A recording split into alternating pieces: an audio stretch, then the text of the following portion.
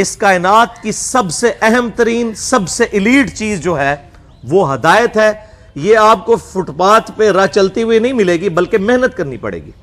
والذین جاہدوا فینا لنہدینہم سبلنا، جو لوگ ہماری راہ میں کوشش کریں گے ہم ان کے لیے اپنی راہیں کھولیں گے. جو کوشش نہیں کرے گا اللہ تعالیٰ بے پرواہ ہے، اللہ تعالیٰ کو کوئی پرواہ نہیں ہے.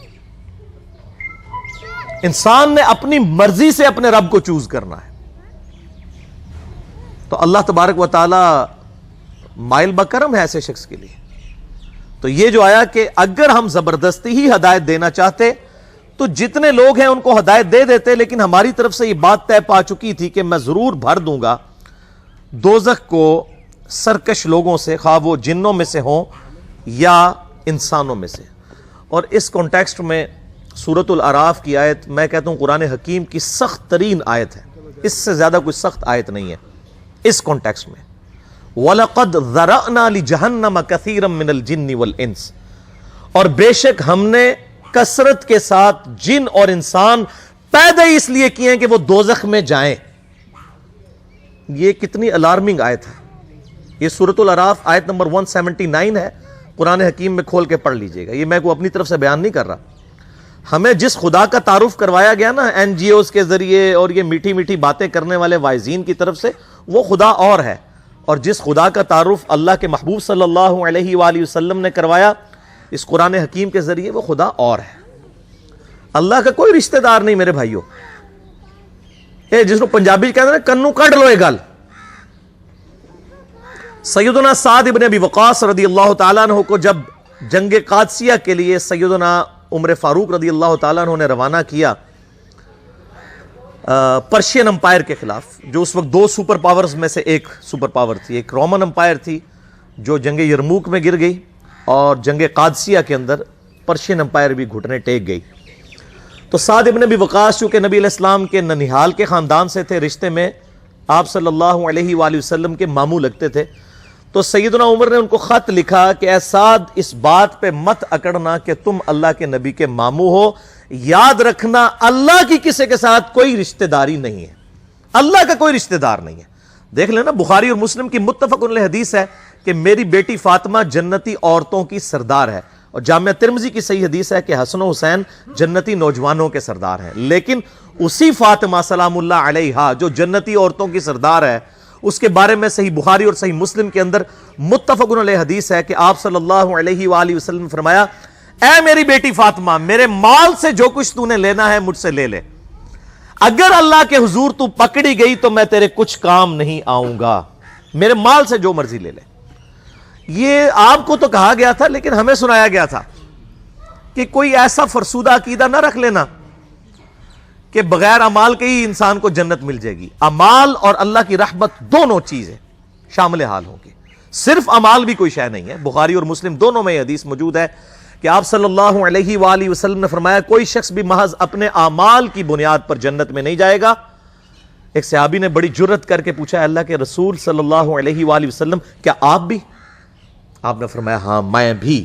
جب تک میرے رب کی رحمت مجھے ڈھانپ نہ لے میں بھی محض اپنے اعمال کی بنیاد پر جنت میں داخل نہیں ہوں گا. تو اعمال بھی ہیں اور رحمت بھی ہے. صرف اعمال بھی کوئی شے نہیں اور صرف رحمت بھی کوئی شے نہیں ہے.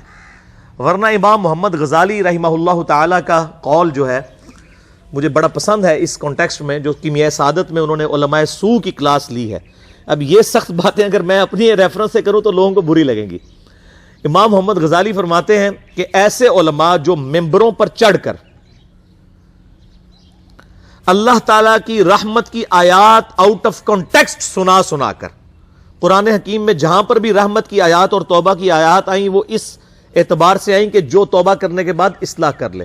پورے قرآن میں کوئی ایک آیت بھی ایسی نہیں ہے کیٹاگوریکل کہ انسان اپنی اصلاح نہ کرے اور اللہ تعالیٰ فرمائے کہ میں اپنی رحمت کے دروازے اس کے لیے کھول دوں گا. قطعاً ایسی کوئی آیت نہیں ہے.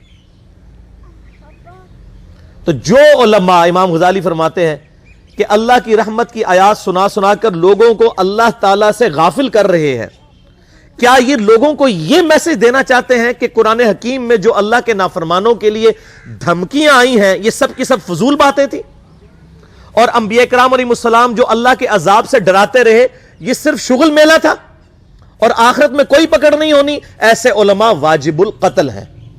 یہ امام غزالی فرما رہے ہیں کہ حکومت وقت کا کام ہے کہ ان پر توبہ پیش کرے، ورنہ ان کو قتل کروائے، ان علماء کو جو اللہ تعالیٰ کا یہ غلط تصور پیش کر کے لوگوں کو اللہ کا باغی بنا رہے ہیں. اور اکثر وائزین اس وقت یہی ہیں، اور لوگ انہی کی باتوں کے اوپر خوش ہیں، انہی این جی اوز کی باتوں کے اوپر خوش ہیں، انہی دنیا دار علماء جو دنیا داروں کو خوش کرنے کے لیے باتیں کرتے رہتے ہیں اور کہتے ہیں اللہ تعالیٰ بڑا غفور رحیم ہے جی، جو مرضی کرو، اللہ نے ساڑی نوازا نہیں چاہیے دیا. اور بھائی اللہ نے کب کہا ہے کہ مجھے تمہاری نمازیں چاہیے؟ اللہ تو کہتا ہے تمہیں تمہارے لیے نمازیں چاہیے. اور نماز کو اتنا کیجول بنا لیا انہوں نے. صحیح مسلم کے اندر حدیث ہے، آپ صلی اللہ علیہ وآلہ وسلم نے فرمایا بندے کے کفر اور اسلام کے درمیان فرق ہی نماز ہے. جو نماز پڑھتا ہے وہ مسلمان ہے، اور جو نماز نہیں پڑھتا وہ پاکستان کے شناختی کارڈ میں مسلمان ہے، اللہ کی ڈیفینیشن میں وہ عملاً کافر ہے. صحیح مسلم انٹرنیشنل نمبرنگ کے مطابق 246 نمبر حدیث ہے. آپ جا کے پی ڈی ایف کھول لیں اسلام 360 میں، جا کے 246 نمبر حدیث صحیح مسلم کتاب الایمان چیپٹر میں کھول کے دیکھ لیں کہ بندے کے کفر اور اسلام، شرک اور اسلام کے درمیان فرق ہی نماز ہے. آپ بے شک اپنے آپ کو مسلمان کلیم کرتے رہے، لیکن وہ شناختی کارڈ والا مسلمان ہے، نکاح طلاق والا مسلمان ہے، اس کا جنازہ بھی پڑھ دیا جائے گا، پیدا ہوگا اذان بھی دے دی جائے گی، اللہ کے حضور وہ مسلمان نہیں ہے، وہ بس کلمے کا ہی ہم احترام کرتے ہیں، ادروائز تو عملاً کافر ہے وہ. اسی طریقے سے جامعہ ترمذی میں حدیث ہے، سنن نسائی کے اندر حدیث ہے، سنن ابن ماجہ کے اندر حدیث ہے کہ آپ صلی اللہ علیہ وآلہ وسلم نے فرمایا جس نے نماز چھوڑ دی گویا اس نے کفر کیا. من ترک الصلاۃ متعمدا فقد کفر. اب اس سے زیادہ اور کیا سخت بات کی جائے کہ کسی کو یقین آئے کہ جس نے جان بوجھ کے نماز چھوڑ دی اس نے کفر کیا. اب جان بوجھ کے یہ نہ سمجھیے گا کہ جی میں بال بچیاں دے یہ کمائی کرتا رہنا تھا منو ٹائم نہیں ملتا. جان بوجھ کی ڈیفینیشن بھی نبی علیہ السلام نے بخاری اور مسلم میں موجود ہے کہ اگر کوئی شخص بے ہوش ہو جاتا ہے یا سویا رہ جاتا ہے، یہ دو آپشنز ہیں، یا تیسرا آپشن ہے وہ بھول جاتا ہے، تو جیسے یاد آئے اسی وقت وہ والی نماز پڑھ لے. لیکن جو شخص دنیا کو ٹاپ پرائورٹی مانتا ہے، اپنا آفس چھوڑنے کے لیے تیار نہیں، اپنا کلینک چھوڑنے کے لیے تیار نہیں ہے، اور اپنی دکان چھوڑنے کے لیے تیار نہیں ہے نماز کے لیے، تو ظاہر ہے کہ وہ تو اپنے آپ کو دھوکہ دے رہا ہے. اللہ تعالیٰ تو اپنے معاملات کے اندر بالکل سٹریٹ فارورڈ ہے، بالکل یہ ذہن میں رکھ لیں. جامعہ ترمذی میں صحیح سند کے ساتھ موجود ہے، عبداللہ بن شفیق تابعی رحمہ اللہ تعالیٰ کہتے ہیں کہ صحابہ کرام علیہم رضوان صرف نماز کے چھوڑنے کو ہی اعمال میں سے کفر سمجھتے تھے. یعنی وہ کسی کو نماز پڑھتا ہوا دیکھتے تھے تو کہتے تھے یہ مسلمان ہے، اور کسی کو نماز پڑھتا ہوا نہیں دیکھتے تھے تو وہ کہتے تھے یہ کافر ہے. یہ جامعہ ترمذی ہے، یہ کوئی سٹوری بک نہیں میں سنا رہا آپ کو. مسند احمد میں صحیح سند کے ساتھ حدیث ہے، نبی صلی اللہ علیہ وآلہ وسلم نے معاذ ابن جبل سے فرمایا معاذ اللہ کے ساتھ کسی کو شریک نہ ٹھہرانا، خواہ تمہارے ٹکڑے ٹکڑے کر دیے جائیں، تمہیں سولی پہ چڑھا دیا جائے، تمہیں آگ میں جلا دیا جائے، اللہ کے ساتھ کسی کو شریک نہ ٹھہرانا. اور معاذ نماز بھی نہ چھوڑنا، کیونکہ جس نے نماز چھوڑ دی اللہ تعالیٰ کے ذمہ کرم سے وہ نکل گیا، اللہ کے حضور اس کے لیے کوئی حصہ نہیں ہے جس نے نماز چھوڑ دی. کتنا کریٹیکل ایشو ہے. اور اسی طریقے سے مسند احمد میں ہی ایک اور حدیث ہے کہ آپ صلی اللہ علیہ وآلہ وسلم نے فرمایا جس شخص نے اپنی زندگی میں نماز کی حفاظت کی، قیامت والے دن وہ نماز اس کے لیے نور ہوگی، نجات ہوگی، اور اس کے حق میں دلیل ہوگی. اور جس نے نمازوں کی حفاظت نہیں کی اس کے لیے قیامت والے دن کوئی نجات، کوئی نور اور کوئی دلیل نہیں ہوگی، الٹا اس کا حشر قارون، فرعون اور ابی ابن خلف کے ساتھ ہوگا والعیاذ باللہ تعالی. یہاں تو ہم کہہ دیتے ہیں یا اللہ جو کچھ بھی ہے تیرے محبوب کی امت سے ہے، یعنی یا اللہ ہم نے تو اپنی اصلاح کوئی نہیں کرنی، ہمیں اسی طریقے سے ہی قبول کر لیں والعیاذ باللہ تعالی. اور کچھ ویسے علماء کا بھی اس میں بڑا برا کردار ہے کہ انہوں نے نماز کو بھی اتنا مشکل فرض بنا کے پیش کیا ہے کہ ایک عام آدمی کے لیے، اور جو دنیاوی معاملات کے اندر بھی انوالو ہے، اور کسی ایسی عورت کے لیے جس کے کئی بچے ہیں، مطلب اس روٹین کے اندر اس نماز کو مینج کرنا مشکل ہو جاتا ہے. ہمیں تو عشاء کی صرف 17 رکعتیں بتا دی گئی ہیں، حالانکہ 24 گھنٹے کے اندر ٹوٹل نماز کی رکعتیں 17 ہیں جن کی اکاؤنٹیبلٹی ہے. اور میں یہ بڑے وثوق کے ساتھ ایک ذمہ دار مبلغ کی حیثیت سے یہ بات کر رہا ہوں. آپ صحیح بخاری اور صحیح مسلم کھول کے دیکھ لیں، فرض نمازوں کی تعداد جو ہے وہ 5 آئی ہے، اور ان کی رکعتوں کی تعداد بھی بیان ہو گئی ہے۔ فجر کے 2 فرض، ظہر کے 4 فرض، عصر کے 4، مغرب کے 3 اور عشاء کے 4، اور سفر میں سارے 2 فرض ہیں، مغرب کے 3 ہیں۔ یہ ٹوٹل 17 رکھتے ہیں جن کی اکاؤنٹیبلٹی ہے۔ باقی جنہ گڑ پاؤ گے انہ میٹھا، وہ ساری نفلی عبادت ہے۔ وہ بخاری اور مسلم دونوں میں حدیث ہے، جس نے فرض کے علاوہ 12 رکعتوں میں استقامت کی، اور وہ 12 رکعتیں آپ صلی اللہ علیہ وآلہ وسلم نے پڑھ کے بھی بتائیں، اور امہات المومنین میں سے سیدہ عائشہ نے، سیدہ ام سلمہ نے، سیدہ ام حبیبہ رضی اللہ عنہن نے روایت بھی کی کہ 2 فجر سے پہلے، 4 ظہر سے پہلے، 2 ظہر کے بعد، 2 مغرب کے بعد، 2 عشاء کے بعد۔ یہ 12 سنت موقدہ، جس نے یہ پڑھی اسے جنت میں محل ملے گا۔ اگر کوئی نہیں پڑھتا تو گنہگاری والا معاملہ کوئی نہیں ہے۔ اسی طریقے سے اس کے علاوہ ایک اور وطر کی نماز ہے جو سنت موقدہ ہے۔ وہ سیدنا مولا علی رضی اللہ تعالیٰ عنہ علیہ السلام کا قول ہے کہ وطر سنت ہے، سنت ہے، سنت ہے، مگر اسے مت چھوڑو۔ ہے سنت ہے لیکن تاکیدی ہے۔ آپ صلی اللہ علیہ وآلہ وسلم نے سفر میں بھی وطر اور فجر کی 2 سنتیں پڑھی ہیں، لیکن یہ صرف افضلیت کے اعتبار سے تاکیدی ہیں، ان کی کاؤنٹیبلٹی کوئی نہیں ہے۔ البتہ یہ ضرور ہے، سنن ابی داؤد میں ایک حدیث ہے کہ جس کی قیامت والے دن فرضوں میں کوتاہی نکل آئے گی تو اللہ تعالیٰ فرمائے گا میرے بندوں کی جو نفلی اور سنت عبادت ہے اس کو تول لو اور فرضوں کے ایکویلنٹ قبول کر لو۔ تو آپ اگر یعنی سنتیں پڑھیں گے تو اس کے ایکویلنٹ نفلوں کی کوتاہی پوری ہو جائے گی، ادروائز اکاؤنٹیبلٹی اس کی کوئی نہیں ہے۔ یہ ذہن میں رکھیے گا۔ صحیح بخاری اور مسلم دونوں میں حدیث موجود ہے۔ ایک صحابی آئے، انہوں نے کہا یا رسول اللہ صلی اللہ علیہ وآلہ وسلم، میں جنت میں جانا چاہتا ہوں، مجھے کوئی شارٹ کٹ بتا دیں۔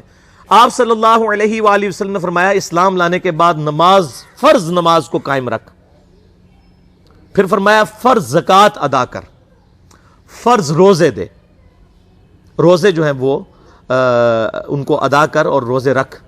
حج اس وقت فرض نہیں ہوا تھا، وہ زندگی میں ایک بار ہے۔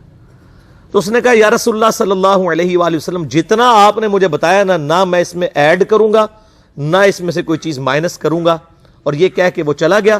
آپ صلی اللہ علیہ وآلہ وسلم نے فرمایا اگر کسی نے کسی جنتی شخص کو دیکھنا ہے تو اس کو دیکھ لو، جو یہ کہہ کے گیا کہ میں فرض نماز سے زیادہ کوئی نماز نہیں پڑھوں گا، صرف فرض روزہ ہی رکھوں گا، فرض زکوٰۃ ہی دوں گا۔ اب روزہ اور زکوٰۃ میں تو ہمارے علماء کو اور عام پبلک کو بھی جو دیندار لوگ ہیں ان کو ہضم ہوتی ہے کہ کوئی شخص یہ نہیں کہتا کہ بھئی پیر اور جمعرات کا روزہ، صحیح مسلم میں حدیث ہے کہ آپ صلی اللہ علیہ وآلہ وسلم کے نفلی روزوں کی یہ روٹین تھی۔ کوئی آپ کو یہ نہیں کہے گا کہ جس نے جمعرات اور پیر کا روزہ نہ رکھا اس کے رمضان کے روزے ہی قبول نہیں ہوں گے، کوئی کہتا ہے؟ کیونکہ ان کو پتہ وہ نفلی ہے۔ اسی طریقے سے زکوٰۃ تو صرف 2.5% ہے نا، باقی تو نفلی صدقات ہیں جتنے مرضی دیں۔ کوئی شخص نہیں کہتا کہ نفلی صدقہ نہ دیا تو آپ کی زکوٰۃ بھی قبول نہیں ہوگی، الٹا یہ کہتے ہیں اور بس جی زکوٰۃ دے لو تو باقی سارا مال پاک ہے۔ لیکن جب فرض نماز کی باری آتی ہے تو اس وقت وہ 12 رکھتے ہیں بھی سنت موقدہ بیچ میں گھسیٹ دیتے ہیں، وہ بھی صرف فضیلت ہے۔ ٹوٹل 17 رکھتے ہیں، 2 فجر کی، 4 ظہر، 4 عصر، 3 مغرب، 4 عشاء۔ یہ میں کو اپنے لیے گراؤنڈ نہیں بنا رہا، میں تو الحمدللہ اس کے علاوہ بھی نفلی عبادت کرتا ہوں، لیکن میں بتا رہا ہوں خدا کے لیے لوگوں کو دین ایسا مشکل نہ پیش کریں کہ جو نبی علیہ السلام نے امت کو وہ دین نہیں دیا ہوا۔ اپنی مرضی سے انجیکٹ نہ کریں دین، لوگوں کے لیے مشکلات نہ کھڑی کریں، ان کو فرض نماز تک رکھیں۔ پھر انشاءاللہ کئی لوگوں کو میں نے اس نے نماز شروع کروائی، انہوں نے سنت نماز بھی، نوافل بھی شروع کر دی ہیں، لیکن آپ کم از کم وہ ڈیٹم لیول تو اچیو کروائیں لوگوں کا۔ لیکن فرض نماز کی باری آتی ہے کہتے ہیں جی سنتے بھی حصہ ہیں، کہاں سے میرے بھائیوں حصہ ہیں؟ وہ 17 رکھتے ہیں، سنتیں پڑھیں گے ثواب ہے، نہیں پڑھتے گناہ کوئی نہیں ہے۔ تو کم از کم فرض تو ادا کریں، اس کے لیے آپ کو ٹوٹل 24 گھنٹے میں میرا خیال ہے 40 منٹ بھی نہیں چاہیے فرض پڑھنے کے لیے۔ تو اس کے اوپر تو استقامت کم از کم ہم اختیار کریں، اور چھوٹی چھوٹی جو نٹی گٹیز ہیں ان کو تو ہم نے اتنا فالو کیا ہوا ہے، اور فرض نماز کے بارے میں ہم اتنے کیجول ہو جاتے ہیں۔ تو یہ فرض نماز کی امپورٹنس اس حوالے سے ضروری تھی، اس لیے میں نے ساتھ ہی بیان کر دی۔ اللہ تعالیٰ فرماتا ہے کہ میری طرف سے یہ بات طے پا چکی ہے کہ میں ضرور بھر دوں گا دوزخ کو سرکش جن اور انسانوں سے، اور وہ کیوں؟